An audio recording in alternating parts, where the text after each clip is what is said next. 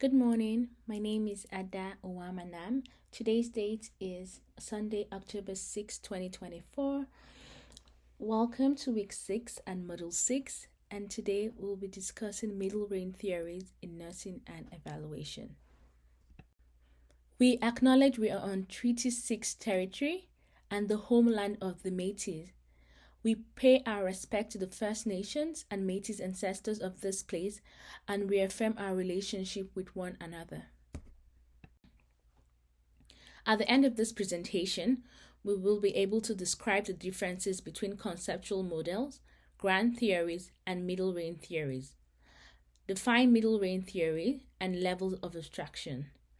Understand development process of middle range theories in nursing. Conduct theory evaluation. Last week, we learned that conceptual models are broad formulations of philosophy based on an attempt to include the whole of nursing reality as the scholar understands it. They are abstract and general concepts, and they cannot be directly operationalized. Grand theories, on the other hand, may be derived from conceptual models and are the most complex and widest in the scope of the level of the theory. They are composed of relatively abstract concepts and propositions and developed through appraisal of existing ideas as opposed to empirical research. Middle range theories describe a particular phenomena, explain the relations between phenomena, and predict the effects of one phenomenon on another. Middle range theories, as compared to grand theories, are more specific, have fewer concepts, and encompass a more limited aspect of the real world.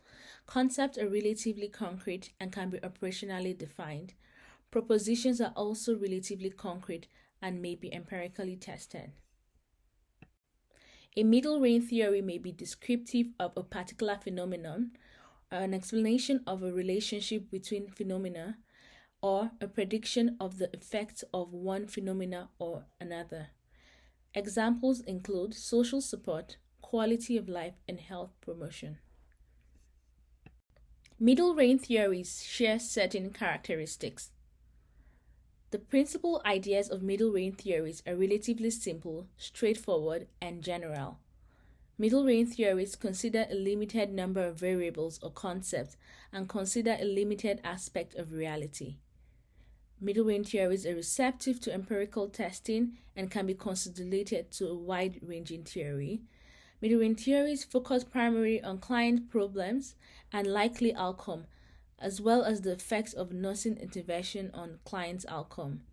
Middle range theories are specific to nursing and may specify an area of practice, age range of the client, nursing interventions, and proposed outcome.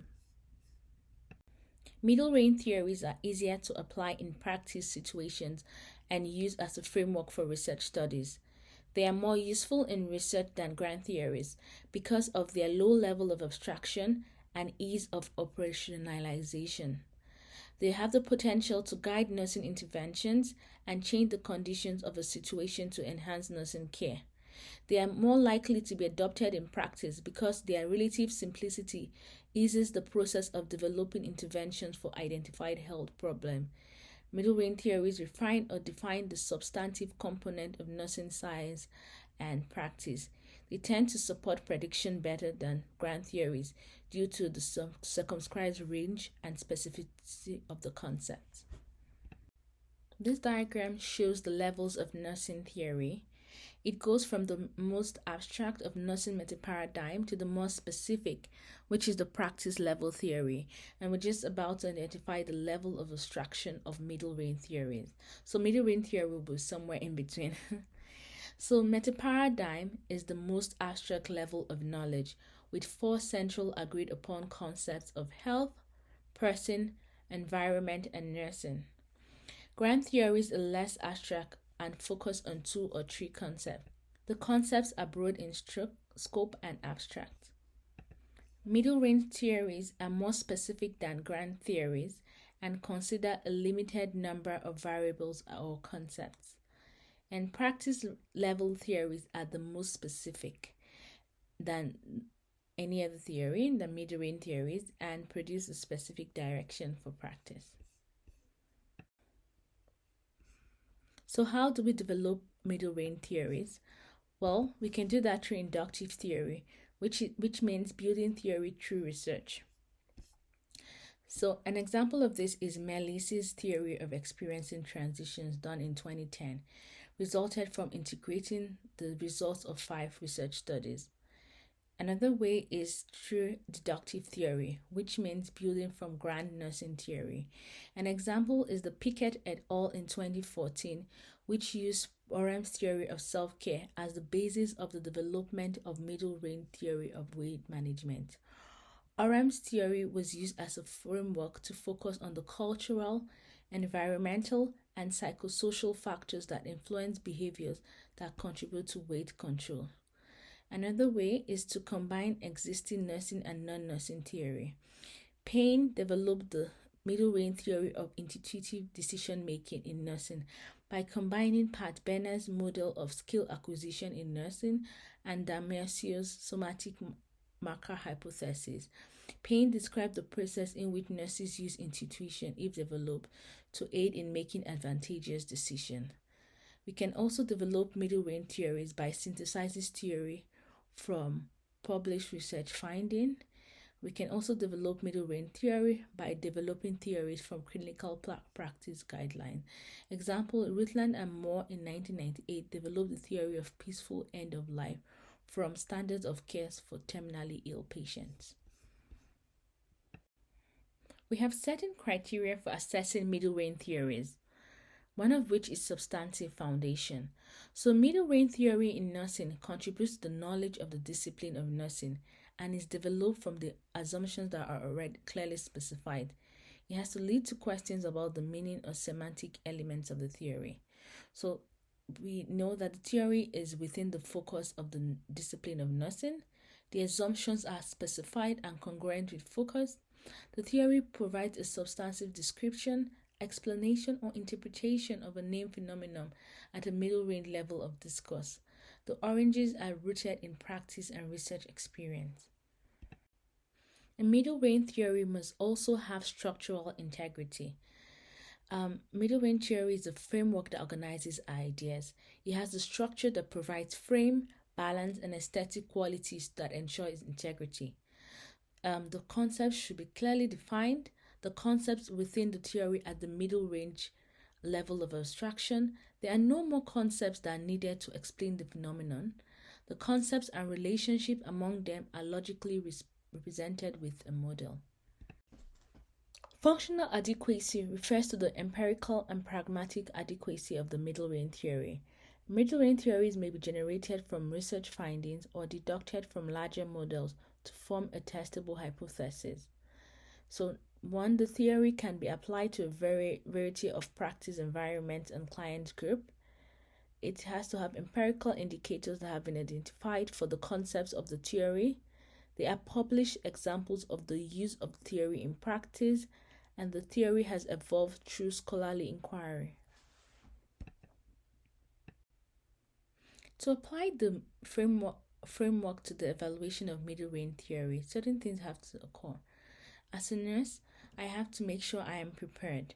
So preparation is understanding the theory as fully as possible by reading and reflecting on the theory. I must apply my judgment by studying the practice and research reports related to the theory. I must have justification, so the evaluator will read and reflect on the criteria in the evaluative framework. A balanced evaluation identifies both the strengths and the limitations of the theory and suggests specific recommendations for clarification, extension, and revision. The application of middle range theory can assist graduate nursing in identifying points of nursing intervention, guiding nursing practice, and planning for the scholarly evaluation of evidence-based practice. For this week's reading, we went through the distinctions between the theoretical framework, and conceptual framework. In this article, the authors set out to clarify the meaning of these terms and to describe how they were used, and they describe the two approaches used, which is the objective deductive approach, which goes from theory to data, and the subjective inductive approach, which goes from data to theory. So, theory is a set of propositions that are logically related, expressing the relations among several different constructs and propositions. In other words, a theory is an abstract description of the relationship between concepts that help us understand the world.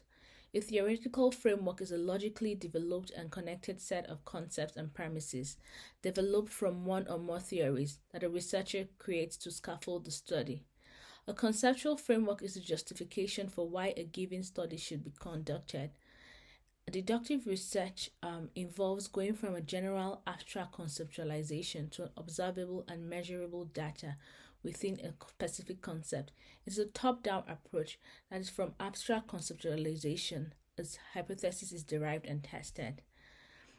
Inductive research involves going from a specific data relating to a particular phenomenon to a general or abstract conceptualization of the phenomenon. It is a bottom-up approach that is working from data to abstract conceptualization. Subjective inductive research does not begin with a hypothesis. Instead, this research begins with a desire to understand or explain a particular phenomenon.